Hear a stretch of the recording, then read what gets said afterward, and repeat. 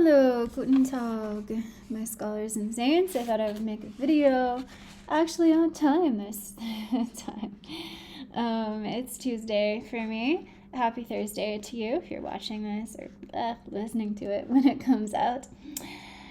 Hope that you are all well.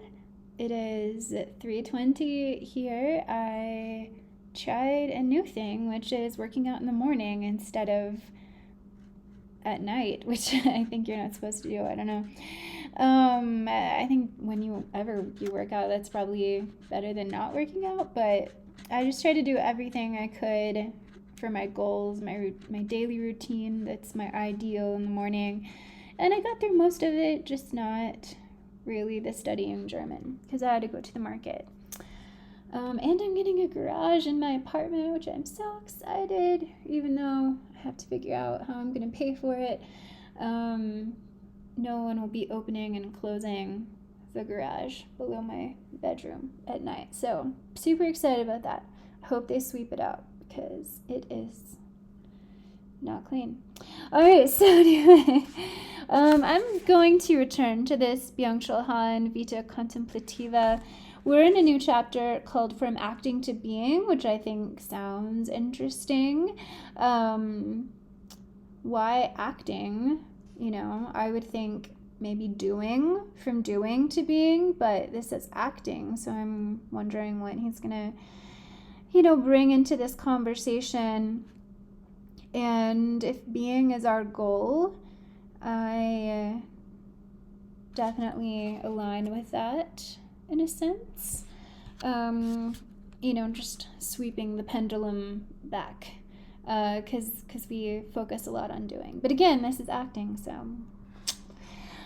A Klee painting named Angelus Novus, I don't know. Klee sounds German. Shows an angel looking as though he is about to move away from something he is fixedly contemplating. One thing I would like to do is take a class or have to teach a class and so have to teach myself before I teach the class, art history, because that is just something that I don't know a lot about. And if you don't know, mind you, I teach at a community college, so there's often times where we're asked to teach something that we don't really know anything about until we spend like winter break or summer break for whatever semester it is, becoming a quick expert. So it's just how it happens. That doesn't happen in the university, but it does at a community college, because we all just have to commune together. So don't judge. His eyes are staring, his mouth is open, his wings are spread. This is how one pictures the angel of history. His face is turned towards the past. Where we perceive a chain of events, he sees one single catastrophe which keeps piling wreckage upon wreckage and hurls it in front of his feet. The angel would like to stay, awaken the dead, and make whole what has been smashed. But a storm is blowing from paradise. It has caught in his wings with such violence that the angel can no longer close them. This storm irresistibly propels him into the future to which his back is turned, while the pile of debris before him grows skyward. This storm is what we call progress. Walter Benjamin, Theses on the Philosophy of History. Hannah Arendt considered I think that maybe is missing a preposition, but we'll go on. Hannah Arendt considered the 20th century an era of action. Even our relationship to nature is determined by action rather than wonder. So I'm guessing wonder is where Han wants us to go as well, not a Heideggerian standing reserve. Humans act beyond the social sphere by intervening in nature and submitting it to the human will. This unleashes processes that would not exist without human intervention. They lead to a complete loss of control. And we have a quote here. I guess this is from Walter Benjamin, but, I really prefer footnotes rather than having to, look in the back of a... Okay, and they're not even separated Oh, no, they are. Okay, they're separated by chapter. Okay, so this is a quote from Hannah Arendt, Natur und Geschichte, and there's a really long note. I have translated from the German edition, as the English and German versions differ substantially. Oh, and then it gives you the corresponding passage in the English edition. Oh, that's interesting. Oh, I kind of want to read both. Okay, this is, I mean, I'm reading it in English, but he has used the German, but it got translated into English anyway. I don't know. Okay, it is as if we had carried our own unpredictability. The fact that no one has a complete grasp of the consequences of their actions. Sorry, I just really have to. I'm distracted. I just need to check my text message. I just want to know when they want me to give the remote back so they can sweep my garage out. I don't know. That's what I'm preoccupied with. Okay, no. This text. It is as if we had carried our own unpredictability, the fact that no one has a complete grasp of the consequences of their actions, into nature itself, thereby transposing the old natural law, in whose unconditional reliability we wanted to trust all the more because we ourselves are the unpredictable and never fully reliable ones par excellence, into the realm of the entirely different kind of laws that govern human actions, laws that are never universally valid and can never be unconditionally reliable. I feel like the word reliable is used quite a bit in that. Okay, so what is the English version? If, therefore, by starting natural processes, we have begun to act into nature. Oh, that is very different. We have manifestly begun to carry our own unpredictability into that realm, which we used to think of as ruled by inexorable laws. The iron law of history was always only a metaphor borrowed from nature, and the fact is that this metaphor no longer convinces us because it has turned out that natural science can by no means be sure of an unchallengeable rule of law in nature as soon as men, scientists, and technicians, or even simply builders of the human artifice decide to interfere and no longer leave nature to herself. I mean, yeah, I guess the German, and again, this is an English translation, but I guess the German edition is more philosophical in a sense. It makes more twists and turns. I mean, I think that this is a huge problem, that no one has a complete grasp, going back to Hans' translation, no one has a complete grasp of the consequences of their actions. It does seem as if science, I'm just gonna pretend it's a monolith for a second, doesn't think long term.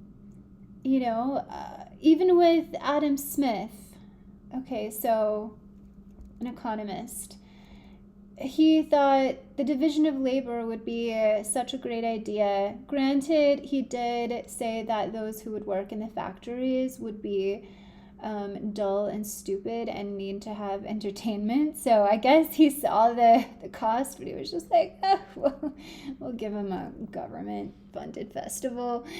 And then just charging ahead regardless. I think there needs sometimes to be more caution, because we have seen, and maybe this is just, hindsight is 2020, kind of a thing. We've seen the undesirable costs of progress that I think a lot of people, they're called Luddites, would like to just sacrifice progress to avoid the costs. To some extent. I'm sure there's lots of variations, right? Because then you start thinking but I want my dentist to have advanced technology. I mean, I don't think that it's an all or nothing thing, and maybe I just said it as if it were, but to think about, I mean, there's various paths of progress. Which paths should we have reined ourselves in and not pursued? The Anthropocene is the result of the total submission of nature to human action. Nature loses all independence and dignity. It is reduced to a part of an appendix to human history. The lawfulness of nature is subjected to human willfulness and to the unpredictability of human action. We make history by acting, and now we make nature by dissolving it into the contexts. Just like my brain really wanted to say contents, but I think you get it. Created by human action. The Anthropocene marks the precise moment that nature is completely absorbed into and exploited by human action. I mean, this makes it sound like human beings are bad, but there's probably a way that we can. It's not necessarily that, if nature is subjected to human beings, but I think it's specifically the human willfulness, like the human ego. I think there's a way we can work with nature so that we influence each other reciprocally. Okay, you know what I'm trying to say. What is to be done in the face of the catastrophic consequences of human action in nature? Arendt frankly admits that she has no solution. I mean, Han, you don't either. So, isn't that just philosophy? Her remarks, she says, seek only to encourage further reflection on the nature and the possibilities of the human capacity to act, which has never before been so openly visible in its greatness and dangerousness. She also wants to initiate a process of reflection, whose end result in a possibly still far removed future might be a philosophy of politics that is adequate for our times and experiences. Oh, I just realized that maybe Arendt and Heidegger had conversations about this, because there's parallels in Heidegger's work. He also talks about our relationship to nature, how it needs to be improved. What kind of philosophy of politics would lead to that reflection on the full problematic involved in human action? A critical philosophy of action? In the human condition, Arendt presents human action first and foremost in its greatness and dignity. Action in the strong sense produces history. Here, the only dangerous aspect of human action for Arendt is the unpredictability of its consequences. Even later, she does not consider the possibility that it is precisely the superior status of human action, which she does not question, that is responsible for the catastrophes of which there were already unmistakable signs during the time she was writing. I think a lot of people critique this in Arendt's work. Her emphasis on action. The philosophy that is the still far off result of a fundamental process of reflection would need to have as its subject the human capacity not to act, which definitely ties into his inactivity that we've been talking about for the past few videos. Acting is the verb that belongs to history. Walter Benjamin's Angel of History is confronted with a catastrophic consequences of human action. In front of him, the debris of history piles up, but he cannot reduce it, because there is a storm called progress, blowing from paradise, which pushes him off. His wide eyes and gaping mouth reflect his helplessness and horror. Human history is an ongoing apocalypse. It is, however, an apocalypse free of events. What is catastrophic is the eventless continuation of what is now. I think that whenever I hear a philosopher talking about events, I just think of Zizek. Okay, so here's another quote. I'm going to see. This is from Benjamin's the Arcades Project. The concept of progress must be grounded in the idea of catastrophe, that things are status quo is the catastrophe. It is not an ever-present possibility, but what in each case is given. Hell is not something that awaits us, but this life here and now. I mean, it seems kind of pessimistic, but what is catastrophic is not the interruption of an unexpected event, but the continuity of the on and on. And Hahn does this a lot. He comments a lot about the just increasing accumulation. Actually, reading Marx, he also does that too. He says that capitalism just sort of wants an infinite accumulation without any reason behind it. And of course, Marx wants to scale back because he thinks that it's unnecessary and it exploits the workers who have to create the infinite accumulation. Even the newest turns out to be the same again. Okay, so the continual repetition of the same. So an event then would be something that is transformative, that awakens you out of your slumber in life. It is rather, there's another quote. Oh, same text. It is rather that precisely in that which is newest, the face of the world never alters, that this newest remains in every respect the same. This constitutes the eternity of hell. What would save us would therefore be a radical interruption of the now. Only an angel of inactivity would be able to arrest the human action that inevitably becomes apocalyptic. A couple of years before the publication of Arendt's The Human Condition, Martin Heidegger delivered a lecture called Science and Reflection. Unlike action, which pushes forward, reflection leads us back to where we always already are. It opens up for us a being there that precedes all doing, all action. It even lingers ahead of action. A dimension of inactivity is intrinsic to reflection. Reflection hands itself over to what is. To follow a direction, hold on. Where's this? Okay, this is from Heidegger's lecture. Oh, it's from The Question Concerning Technology and Other Essays. Oh, fun. I have that book.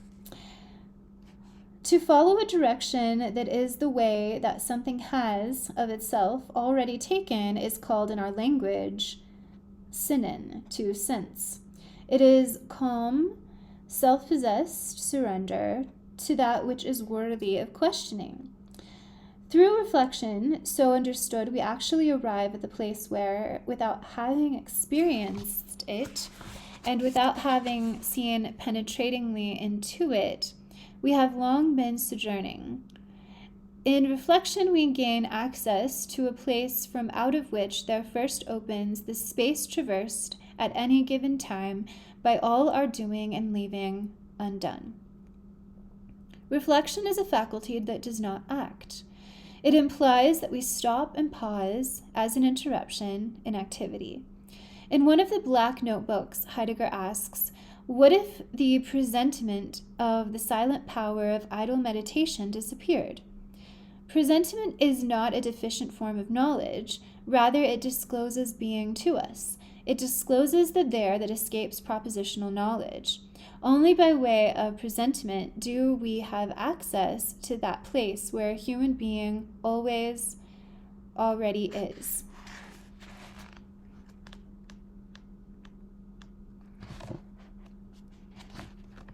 And this next quote is from,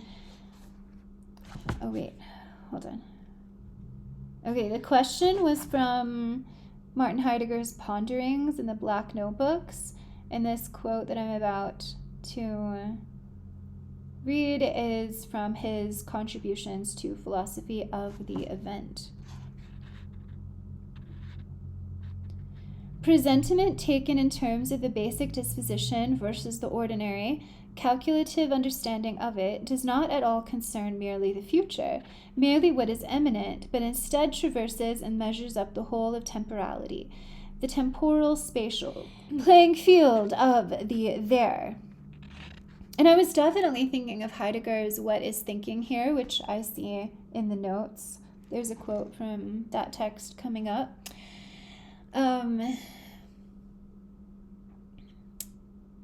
Just his idea that thinking has a connection to thankfulness and memory and devotion, all of which move on a different temporality, a slower one, lingering.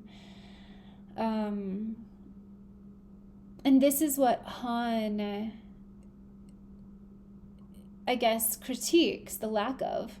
He critiques the lack of this in the conversations that are on social media, because he says that, that's why, because it's also rushed, it's the spectacle, you're trying to get someone's attention. It's very egoistic, that there's no time to really step back and think and be contemplative, and that's what thinking requires, because you have to reflect on, I guess, and build and craft your thoughts. Presentiment is not an outer court before the gates of knowledge. Rather, it provides access to that great hall in which all that can be known has its place, that is, takes place. Heidegger's thinking tirelessly circles that primordial there that cannot be captured in any form of propositional knowledge. Inactive reflection aims at the magic of the there that escapes human action. Its steps do not lead forward, but back to where we already are. They allow us to reach that domain where we are already staying. The radical immanence of this there is so close that we constantly overlook it. It is the overly close which is closer than the closest object. Someone who is only ever active will inevitably skip over it. So, what do we miss out on when we're rushing? Some would say we miss out on our lives. And I always have the example of walking through a forest and not seeing any of the trees because you've been sort of so active in your mind. But if you can allow your mind to quiet and really put your attention and awareness outward, but also, inward in a sense, like that you're feeling your body, instead of analyzing, instead of trying to problem solve, and instead of ruminating, then you can really be where you are. You can experience the trees in the forest and feel as if when you come out of the forest, you've had an experience. It's been an event. But so many of us are just 24/7 working on what we have to get done and keeping up with all of our tasks, at work, pretty much, with our careers, that we don't, I guess, like the cliche, stop and smell the roses, right? Why is that? That's actually a really profound, thought. To experience our lives, because when we reflect back, what events do we go to? We go to those events that we were able to access our experiential self. Heidegger mobilizes an extensive vocabulary in connection with inactivity, so as to articulate the pre-propositional there in language. One element of this vocabulary is the motif of waiting. Waiting is a capacity that transcends all power to act. One who finds his way into the ability to wait surpasses all achieving and its accomplishments. Only once we wait, free of any intention, In waiting, lingering, do humans become aware of the space in which we always already are. In waiting, the human being becomes gathered in attentiveness to that which he belongs. In active reflection, feels for the radiance of what is unprepossessing, what cannot be done, what is not available, what evades all usefulness and purpose. The poverty of reflection is the promise of a wealth whose treasures glow in the resplendence of that uselessness which can never be included in any reckoning. Heidegger's Science and Reflection. Okay. There's a lot of Heidegger quotes in here, and there will be. Oh, they don't stop. They go on. We're on note 14, and Heidegger, he continues with Heidegger the entire chapter until note 45. Okay, so just know that there's lots of Heidegger here. Because it evades the propositional form, it is not easy to mark the there linguistically. It can be found neither in thinking nor in intuition. Goosebumps come closer to it than the retina. It is disclosed at the pre-reflexive level. To begin with, being there finds expression as being in a mood, which precedes the being of consciousness. Mood is not a subjective state that rubs off on the objective world. It is the world. Mood is even more objective than objects, without, however, being an object itself. Before I direct my attention at an object, I already find myself in a mooded world. Mood is a condition that precedes any object-related intentionality. The mood has already disclosed, in every case, being in the world as a whole, and makes it possible first of all to direct oneself towards something. Mood discloses to us the space in which we encounter beings. Mood reveals being. Mood is not at our disposal. It takes hold of us. It is impossible to bring it about intentionally. Rather, we are thrown into it. What initially determines our being in the world is not activity, but thrownness, primordial ontological passivity. In the form, that's interesting. I guess I never really thought about that. That Heidegger's thrownness, because we are being thrown, we're letting ourselves be thrown in thrownness, that could be seen as passive. And it does remind me of, I guess, I don't know, was I confused when I read about mood and being in time? I'm not sure, I don't remember. I think I liked the fact that he was talking about it, but when I think of mood colloquially, it seems like there's a layer of judgment on it. You know, like we even say, why are you so moody? And of all the moods that one could be in, I guess if we connect it to mode, like a mode of being is a mood, a mode of being, then isn't there a hierarchy of modes or moods that we would want to engage in, and that even Hahn wants us to engage in, and Heidegger wants us to engage in? A particular mode of being or mood that is reflective and contemplative. Mood precedes any activity, and at the same time is determining for activities. Oh, so the word is spelled D-termining, like a termination, I think. Without us being aware of it, every action is a determined action. A mood thus represents pre-reflexive context for activity and action. It can favor or prevent certain actions. A passivity dwells at the innermost core of activity. Actions and activities are accordingly not entirely free or spontaneous. So I think in this statement was a bit before what we're reading, but it sort of reappeared recently on this page. The idea that we can be pre-conscious.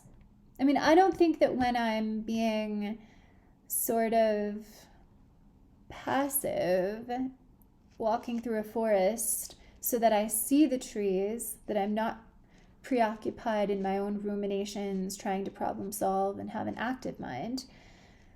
I don't think that I guess what, and I've probably mentioned this before, I guess why it trips me up is because being conscious is what the contemplatives, my spiritual texts, often say that human beings are not. And so the goal is to be conscious. Because we're often, so when we're in our monkey mind, the active mind, the Buddhists would say that we're not conscious. To be conscious would be to be what Han is saying is, the effortless flow. I mean, he's not really, I think, he wouldn't disagree with that.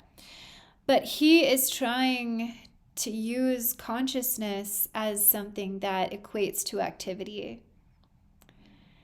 And so, it just trips me up. Nor is thinking pure activity or spontaneity. The contemplative dimension of thinking makes it a correspondence. It corresponds to what appeals to us as the voice of being by letting itself be determined by that voice. To think means to open our ears, that is to listen, to lend an ear. Speaking presupposes listening and correspondence. And there's another quote here. Philosophia is the expressly established correspondence which speaks in so far as it considers the appeal of the being of being. The correspondence listens to the voice of the appeal.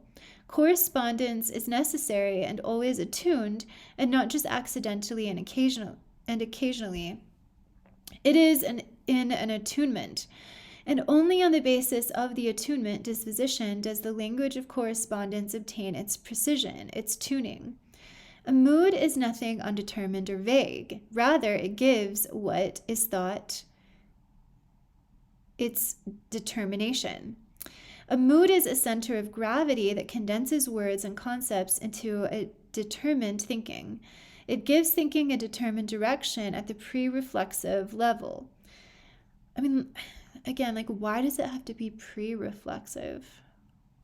Without mood, thinking is without destination, that is, without determination. It becomes entirely undetermined and arbitrary. If the basic mood is lacking, then everything is a forced clatter of concepts and of the mere shell of words. Thinking is always already attuned, that is, exposed to a mood that grounds it. Okay, so a grounding mood.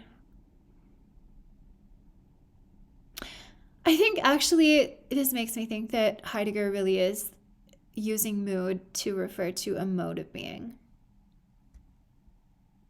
And I would rather everyone just say that. All essential thinking demands that its thoughts and utterances be newly extracted each time, like an ore, out of the basic mood. Heidegger attempts to excavate the level of passivity in thinking. His assumption is that in its innermost core, thinking is a pathos. Pathos is connected with passion, to suffer, endure, undergo, to be borne along by, to be determined by. Because it is not capable of pathos, artificial intelligence is not capable of thinking.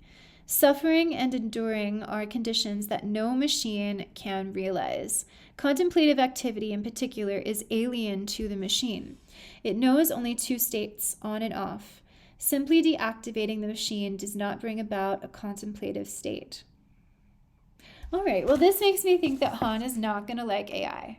So just from that, I'm going to stop there because I think,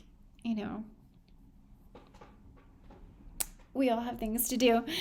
But yeah, I don't think that, I hear a lot of criticism of AI as if it's going to be the lesser human. And I don't know what I think about that. I think as long as human beings stay separate from AI, in a sense that we don't fall to what I think is going to become a temptation to extract certain elements of ourselves that have traditionally only been connected with human beings, with our species, to attempt to reduce our suffering, and becoming more machine-like. I think that we will, just like, we were talking about in the beginning of the lecture, certain elements of progress that we regret. I predict that we would regret evolving into a more machine-like species.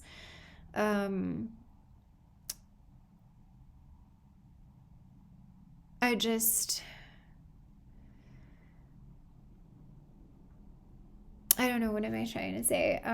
Next, how to articulate this? I think I'm trying to articulate, why those elements of ourselves, of our species, are important, but that we would at the same time be tempted to rob ourselves from them. I think they're important because the way that human beings can relate to suffering, to our own suffering,